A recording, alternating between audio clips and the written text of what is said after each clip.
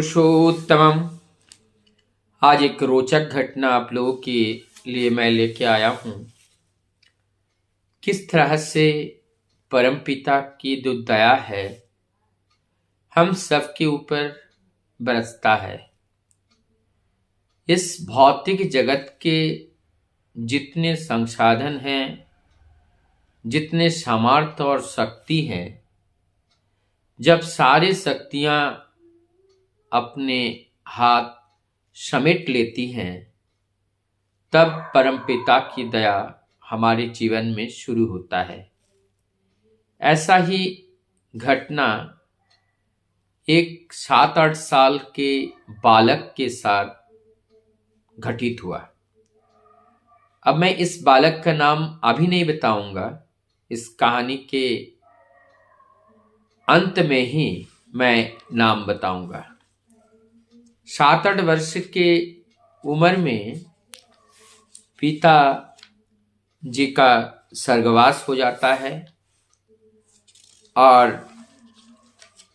तब वो चारों ओर से हताश निराश हो जाते हैं। उनके और कोई भाई बहन नहीं हैं। अपने दूसरे परिवार के, दूर के परिवार के रिश्तेदार हैं। ऐसे ही एक रिश्ते में भाई लगते हैं, उनके घर जाकर के कुछ दिन रहा। उसके बाद भी वहां रह नहीं पाए। वहां से मन उनका उब गया। फिर उस समय गांव में सबके घर में वाद्य यंत्र का बड़ा जोर था, जैसे भजन कीर्तन खेलना, ये सब बहुत प्रचलित थे। और ये जो घटना है उस समय के पूर्व पाकिस्तान की ये बात है, बांग्लादेश तब नहीं बनी थी। तब उन्होंने तबला वादन सीखने के लिए वो एक पास में कलकत्ता से आए थे, उनके पास जाते हैं तबला वादन के लिए। उनसे सीखते हैं। जब वो चले जाते हैं, चले जाने वाले हो गए, तब कहते हैं आपको अगर तबला वादन ही सीखना है तो आप कलकत्ता में जाइए, वहां सीख पाएंगे। उम्र भी कम, बुद्धि भी नहीं है, राह दिखाने वाले भी नहीं हैं। अब उनके मन में आया मुझे तबला सीखना है तो कलकत्ता में अगर अच्छा है तो कलकत्ता में चलते हैं। लेकिन ये उनकी बुद्धि में नहीं आए कि वहां जाने के लिए हमें पैसा चाहिए, रहना खाना पीना कहां से आएगा। उन्होंने कुछ नहीं समझा, कुछ नहीं सोचा, निकल पड़े। पहले तो जिस जहाज में बैठना था उसमें बैठने के लिए पैसे तो उनके पास है नहीं। तो उस समय मसस किया करते थे। एक कंघी होती थी और थोड़ा सरसों का तेल और एक टोकरी कंधे में लटका हुआ होता था गले में, और बाबू मालिश करके जहाज के अंदर घूमते थे और उससे लोगों का मालिश वगैरह करते थे, कुछ पैसा उन्हें मिल जाता था। अब जीवन में पहले किया तो नहीं। अब उस जहाज के अंदर एक बाबू मिले, वो कह रहे कि हमें मालिश कर दो। तो मालिश करने के लिए उन्होंने मालिश शुरू कर दी। पहले तो किया नहीं, तो वो उल्टा सीधा जैसे ही मालिश कर रहे हैं उन्हें दर्द होने लगा, चिल्लाने लगे। उन्होंने कह रहा कि बाबू आप थोड़ा रुक जाइए और मैं अब बढ़िया करके आपका मालिश करता हूँ। और जब बढ़िया करके मालिश कर रहे हैं तो वो दोनों अंगुली से उस जो है बैक एक्सरसाइज कर रहे हैं, उससे उन्हें और चोट लग रही है, खून निकल गया है। अब वो चिल्ला पड़े कि भाई आप जो है मालिश बंद करो, आपका पैसा ये ले लो, आप हमें और मालिश ना करो। और जैसे चिल्लाए पड़े तो वहाँ जहाज के उपस्थित लोग, सब लोग वहाँ पहुँचे तो जहाज के कैप्टन भी वहाँ आ गए। आकर के फिर उन्होंने देखा कि ये मालिश करने वाले जो व्यक्ति हैं, और वो इस तरीके से ये सारी घटना को देखकर उन्होंने कहा कि भाई टिकट बताओ, टिकट लाओ, टिकट दिखाओ। फिर उन्होंने सच सच बोले कि बाबू हमारे पास टिकट तो है नहीं, पैसे भी नहीं है, हम टिकट ले नहीं पाए। उन्होंने कहा कोई बात नहीं, अगले स्टेशन पे उतर जाना।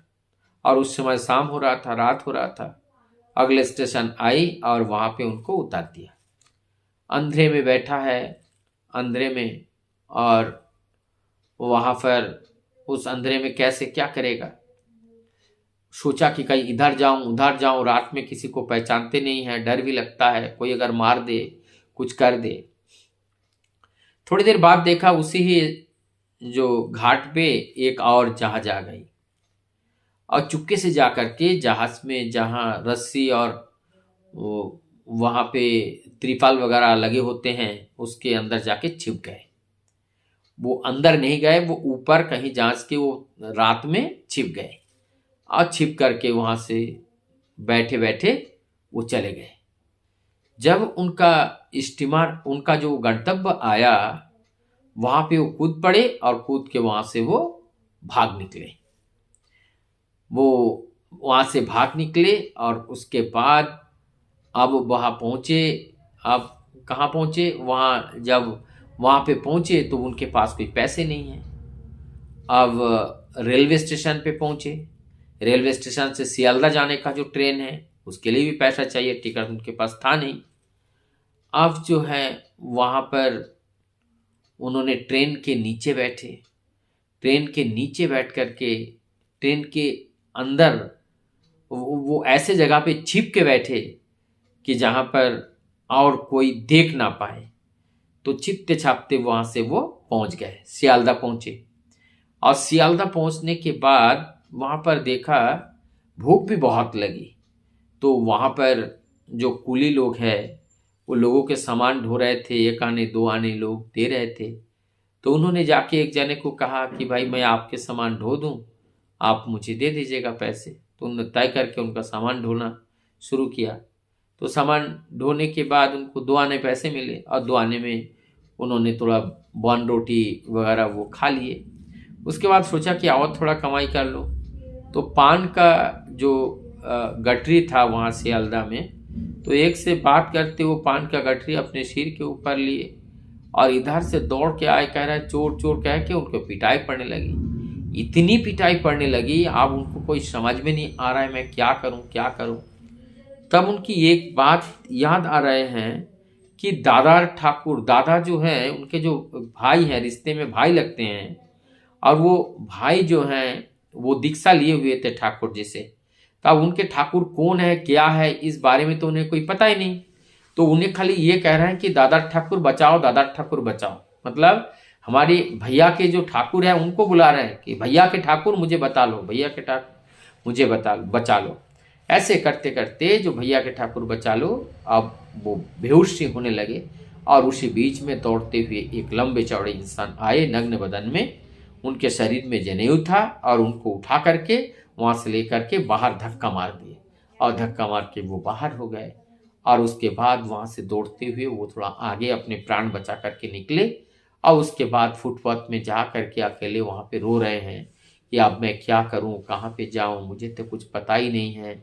और लोगों से पूछते हैं दादा ठाकुर का, लोग कहते हैं कि क्यों रो रहे हो, कहाँ जाना है। वो खाली ये कहते हैं कि मैं दादा ठाकुर के पास जाऊंगा, दादा ठाकुर के पास जाऊंगा। अब दादा ठाकुर कहाँ के बारे में किसको पता कि उनके भैया का ठाकुर कौन है और वो कहाँ रहते हैं, ये कहाँ से लोग बता देगा। वो लोग बता ही नहीं पा रहे थे, लेकिन वो खाली रो रहे थे और दादा ठाकुर कर रहे थे। इस बीच में एक व्यक्ति आते हैं, आकर के उनसे कुछ बातें पूछते हैं, फिर कहते हैं कि आप यहाँ से जोशीडी का स्टेशन पकड़ो, अब वहाँ जोशीडी स्टेशन चले जाना और वहाँ से ठाकुरबाड़ी चले जाना। तब जाकर के वहाँ जोशीडी, उन्होंने 2 आने पैसे भी दिए, टिकट भी दे दिए, खाने का व्यवस्था कर दिए। उसके बाद वो चले गए, और उसके बाद वो ढूंढते रहे कि कहाँ गए, और उनको वो दिखाई नहीं दिया। तब जाकर के वहाँ पे पहुँचे तो बैद्यनाथ का ट्रेन खड़ा था। वो ट्रेन में पहुँचे, ट्रेन में पहुँचने के बाद वहाँ से ट्रेन से बैद्यनाथ धाम जाते हैं, और वहाँ से पता करते हुए फिर जो दादा ठाकुर का एड्रेस अब उन्हें मिला ठाकुरबाड़ी। अब वो ठाकुरबाड़ी आते हैं और ठाकुरबाड़ी वहाँ पे जब आते हैं गेट में देखते हैं कि एक व्यक्ति वहाँ पर नहा रहे हैं। तब जाकर के उनसे वो बातचीत करते हैं और कहते हैं कि मुझे ठाकुर जी से मिलना है। तो वो कहते हैं कि आपके कपड़े इतने गंदे हो चुके हैं, आप जो हैं ये आप जाके कैसे मिलोगे, आप थोड़ा सा कपड़े साफ सुथरा कर लो। अब वो कहते हैं कि भाई साफ सुथरा हमारे पास तो कोई पैसे भी नहीं है, तो आप नहा रहे हैं, आपके पास साबुन है, उससे मैं अपने कपड़े धो लेता हूँ। तो अपने बनियान और अपना कपड़ा उनसे कुएं के पास साबुन से धो लिया और उसको सुखाया, और सुखाने के बाद जो है वो पहुंच गए, ठाकुर जी के पास पहुंच गए। ठाकुर जी के पास प्रणाम किए, जाकर कह रहे ठाकुर मुझे आपके पास रहना है, सीधे सीधे कहने लगे। तो फिर उनके पास में और भक्त लोग बैठे हुए थे। ठाकुर जी कहते हैं पहले इनको भोजन कराओ। तो उनको भोजन कराने के लिए ले गए और भोजन कराने के लिए वहाँ पे ले जाते हैं, और ले जाने के बाद उनको उनसे पूछते हैं कि आपका आपका घर कहाँ पे है। तब उनको भोजन वोजन कराने के बाद कहते हैं ठाकुरिया है, ठाकुरिया। ये ठाकुरिया कबीरपुर में एक जगह है, या इस टाइम वो बांग्लादेश में पढ़ते हैं। और वहाँ के रहने वाले राजेंद्र नाम के एक व्यक्ति थे, उनका कपड़े का दुकान था, और उनके पास जाकर के लेके उनको बैठा दिए। अब उनके पास जाके बैठने लगे, कह रहे कल सुबह मुलाकात होगी। तो वहाँ पे गए और उनको लेटने के लिए एक जो है चटाई, एक जो बोरी है वो बोरी बिछा दिए, और वो बोरी में जो है वो लेट गए। और वो भादों का महीना था और वहाँ पे वो लेट गए। दूसरे दिन सुबह फिर ठाकुर जी के पास जाते हैं। ठाकुर जी नहीं, इससे पहले जो बात होती है वहाँ राजेंद्र के पास वहाँ बंकिमदा जो कुमुद्दा वहाँ पे आते हैं, और वो कुमुद्दा से कहते हैं, कुमुद्दा का घर भी वो वहीं पे है, वो ठाकुरिया के ही रहने वाले हैं। तो राजेंद्र कहते हैं कि आपके आपके देश बाड़ी के अपने अपने जो पुराने जो घर हैं, अपने देश से लोग आए हैं, उनसे ज़रा आप बात कर लीजिए। तो वो उनसे बातचीत करते हैं और वो कहते हैं कि मुझे ठाकुर जी की यहाँ रहना है। तब वो कहते हैं कि दीक्षा लिया? तो कह रहे हैं कि नहीं, दीक्षा नहीं लिया, अभी दीक्षा नहीं लिया। तब वो फिर बातचीत चलती हैं, आगे की और बातचीत चलती हैं। बातचीत चलते चलते आपको मुद्दा उनसे पूछते हैं कि नौरेंद्र को जानते हो? उस उनके एरिया में रहते थे। तो फिर कहने लगे अरे नौरेंद्र, वो जो दादा ठाकुर कर रहे हैं वो वही उनके रिश्ते में दादा लगते हैं, वही नौरेंद्र की बात करते थे। तो कह रहे हैं कि वो तो हमारे भाई हैं। तो फिर जो है कुमुद्दा से परिचय हो जाता है, और परिचय हो जाने के बाद उन्हें कहते हैं कि दीक्षा लेने के लिए, दीक्षा लेना तो 5 रुपये चाहिए। तो अब 5 रुपये कहते हैं हमारे पास तो 1 रुपये भी नहीं है। तो उन्होंने कुमुद्दा बता दिए भाई भिक्षा कर लो, और भिक्षा करके पैसे जुगाड़ करो, उसके बाद दीक्षा लो। फिर वो दीक्षा लेते हैं, वहाँ से भिक्षा करने के लिए जाते हैं, लोगों से बताते हैं कि मुझे दीक्षा लेना है, और इसीलिए वो सच बता देते हैं और दीक्षा लेते हैं। और दीक्षा लेने के बाद उनको लेकर के जाते हैं ठाकुर जी के निर्देश क्रम में बड़दा के पास। उस समय बड़दा से बड़दा थे, और बड़दा के पास लेके जाते हैं, जा कर के उनके कार्य दिया जाता है। बड़दा का जो शयन कक्ष में जहाँ लेटते हैं, उनका बिछावन करने के लिए या उनको पानी और उनकी सेवा के लिए कार्य के लिए नियुक्ति होते हैं। अब दादा सोचते हैं कि अब हमारा ये परम सौभाग्य है कि ऐसे देवपुरी में आ गए, यहाँ तो सब देवताओं की वास है, और यहाँ पर इन लोगों की इतनी दया, इतनी स्नेह, इतनी ममता, इतना करुणा, ये कहाँ मैं आ गया हूँ। मेरा पूर्व जन्म की कैसी कौन सी सुकृति है कि जिसके बदले आज मुझे ऐसा जगह मिला, ऐसे जगह पे आने का हम लोगों का सौभाग्य मिला। और वहाँ पे रहने लगे और वहाँ प्रभु के सेवा में वो नियुक्ति हो गए। और ये अब मैं बता दूं ये कौन थे। ये गोपेन चंद्र दासदा थे, और जिनको बाद में सत्संग जगत में इनका बहुत परिचय भी हुआ, और बाद में उन्होंने एक किताब पुस्तक भी लिखी। गोपेंदा पढ़ाई लिखाई नहीं जानते थे, आश्रम में उन्होंने सीखे, और श्री बड़दा के आशीर्वाद से, और उस समय वर्तमान आचार्य दादा जो हैं आचार्य नहीं थे, उन दादा की प्रेरणा से, बाबाईदा कहते थे, पूजने बाबाईदा की प्रेरणा से उन्होंने एक जितने भी लीलाएं का वर्णन हुआ था उस सारे को संकलित किए और जो है प्रभु के चरण में उन्होंने निवेदन किए, प्रभु के लिए उन्होंने निवेदन किए। तो उनका संपूर्ण जीवन प्रभु के कार्य में ही उन्होंने बिताया। तो किस तरह से जानते नहीं हैं, ठाकुर जी को जानते नहीं हैं, केवल उनके एक जानने वाले जो भाई हैं उन्होंने दीक्षा लिए हैं और उन्हीं का दुहाई दे करके उन्होंने ठाकुर जी का दया प्राप्त किए हैं। तो अगर बिना दीक्षा लेकर के उनको याद करके उनको बुला के प्रभु अगर उनकी पुकार को सुन लेते हैं तो हम लोग अगर प्रभु को शरण में जाएं, उनके चरण में अपने को समर्पण करें, सरेंडर करें, तो क्यों नहीं हमारी वो पुकार को वो सुनेंगे, निश्चित रूप से सुनेंगे। लेकिन केवल जरूरत है श्रद्धा के साथ और जरूरत है संपूर्ण रूप से उनके चरणों में अपने को समर्पण करना। वंदे